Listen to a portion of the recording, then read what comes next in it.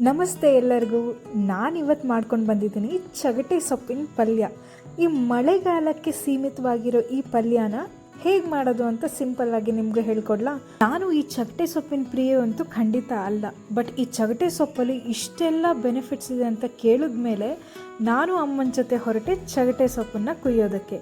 So ಮನೆ ಹತ್ರನೇ ಚೆನ್ನಾಗಿ ಫ್ರೆಶ್ ಆಗಿ ಬೆಳೆದ ಚಗಟೆ ಸೊಪ್ಪಿನ ಚಿಗುರು ಎಲೆಗಳನ್ನು ನಾನು ಕಿತ್ಕೊಂಡು ಬಂದೆ. ಸೊ ಇದನ್ನೆಲ್ಲ ನಾನು ಉಪ್ಪು ನೀರಲ್ಲಿ ಹಾಕಿ ಚೆನ್ನಾಗಿ ಕ್ಲೀನ್ ಮಾಡಿ ಸಣ್ಣದಾಗಿ ಹೆಚ್ಚಿಟ್ಕೊಂಡೆ.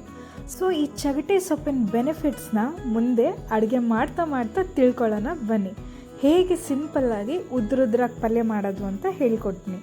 ಫಸ್ಟಿಗೆ ಬಾಣಲಿಗೆ ನಾನು 2-3 ಟೇಬಲ್ ಸ್ಪೂನಷ್ಟು ಎಣ್ಣೆನ ಹಾಕ್ಕೊಂಡಿದ್ದೀನಿ. ಎಣ್ಣೆ ಕಾದಂಗೆ ಅದಕ್ಕೆ ಜಜ್ಜಿರೋ ಬೆಳ್ಳುಳ್ಳಿನ ಹಾಕಿಬಿಟ್ಟು ನಾನು 1-2 ನಿಮಿಷ ಜಸ್ಟ್ ಸಾಟ್ ಮಾಡ್ಕೊಂಡಿದ್ದೀನಿ, ಒಳ್ಳೆ ಆರಾಮ ಬರೋಕ್ಕೆ ಶುರು ಆಗುತ್ತೆ ಅಂತ ಹೇಳಿ. ನೆಕ್ಸ್ಟ್ ಅದು ಫ್ರೈ ಆಗ್ತಿದ್ದಂಗೆ ಅದಕ್ಕೆ 2 ಈರುಳ್ಳಿ, ಸ್ವಲ್ಪ ಜಾಸ್ತಿ ಈರುಳ್ಳಿ ಹಾಕಿದ್ದೀನಿ ನಾನು.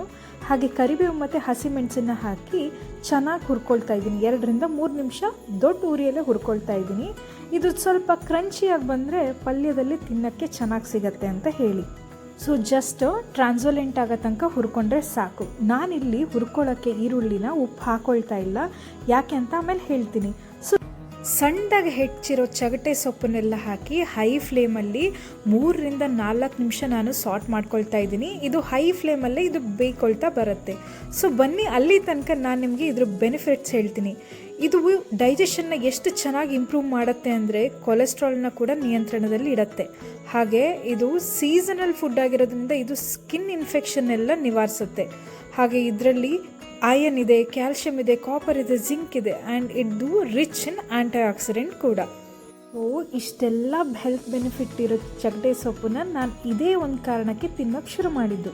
ಸೊ ಚಗಟೆ ಸೊಪ್ಪೆಲ್ಲ ಚೆನ್ನಾಗಿ ಫ್ರೈ ಆದಮೇಲೆ ನಾನು ಸ್ವಲ್ಪ ಉಪ್ಪನ್ನು ಹಾಕಿ ಬೇಯಿಸಿರೋ ಹೆಸರು ಕಾಳನ್ನು ಹಾಕ್ಕೊಂಡಿದ್ದೀನಿ. ಜೊತೆಗೆ ಸ್ವಲ್ಪ ಉಪ್ಪು, ಸೊಪ್ಪಿಗೆ ಮತ್ತು ಈರುಳ್ಳಿಗೆ ಬೇಕಾಗೋಷ್ಟೇ. ಹಾಗೆ ಅರ್ಧ ಟೇಬಲ್ ಸ್ಪೂನಷ್ಟು ಮನೇಲೇ ಮಾಡಿರೋ ಸಾಂಬಾರು ಪುಡಿನ ಹಾಕಿ ಅದನ್ನು ಹೈ ಫ್ಲೇಮಲ್ಲಿ 2 ನಿಮಿಷ ಸಾಟ್ ಮಾಡ್ಕೊಂಡಿದ್ದೀನಿ. ಸೊ ಸಾಂಬಾರು ಪುಡಿದೆಲ್ಲ ಪರಿಮಳ ಬರೋಕ್ಕೆ ಶುರು ಆಗ್ತಿದ್ದಂಗೆ ಅದಕ್ಕೆ ಒಂದು 1/4 ಕಪ್ಪಷ್ಟು ನಾನು ತೆಂಗಿನ ತುರಿನ ಹಾಕ್ಕೊಂಡು ಮಿಕ್ಸ್ ಮಾಡ್ಕೊಳ್ತಾ ಇದ್ದೀನಿ. ಸೊ ಇಷ್ಟು ಮಾಡಿದ್ರೆ ಸಿಂಪಲ್ ಆಗಿರೋ ಚಗಟೆ ಸೊಪ್ಪಿನ ಪಲ್ಯ ಮನೆಯಲ್ಲೇ ರೆಡಿ. ಇಷ್ಟೆಲ್ಲ ಹೆಲ್ತ್ ಬೆನಿಫಿಟ್ ಕೇಳಿದ ಮೇಲೆ ನೀವು ಮಾಡದೇ ಇರ್ತೀರಾ? ಸೊ ಇಂಥ ಒಳ್ಳೆ ಹೆಲ್ತ್ ಬೆನಿಫಿಟ್ ಇರೋ ಪಲ್ಯನ ನೀವು ಮನೇಲಿ ಮಾಡಿ ತಿನ್ನಿ. ಹಾಗೆ ಹೇಗಾಗಿತ್ತು ಅಂತ ನನಗೂ ಕೂಡ ಮರಿದೇ ತಿಳಿಸಿ. ಹಾಗೆ ನನ್ನ ಚಾನಲ್ನ ಸಬ್ಸ್ಕ್ರೈಬ್ ಮಾಡಿಕೊಂಡು ಫಾಲೋ ಮಾಡೋದನ್ನು ಮಾತ್ರ ಮರಿಬೇಡಿ, ಓಕೆನಾ? ಅಲ್ಲಿವರೆಗೂ ನೆಕ್ಸ್ಟ್ ಹೊಸ ರೆಸಿಪಿ ರೀಲ್ ಜೊತೆ ಬರ್ತೀನಿ. ಟೇಕ್ ಕೇರ್, ಬಾಯ್.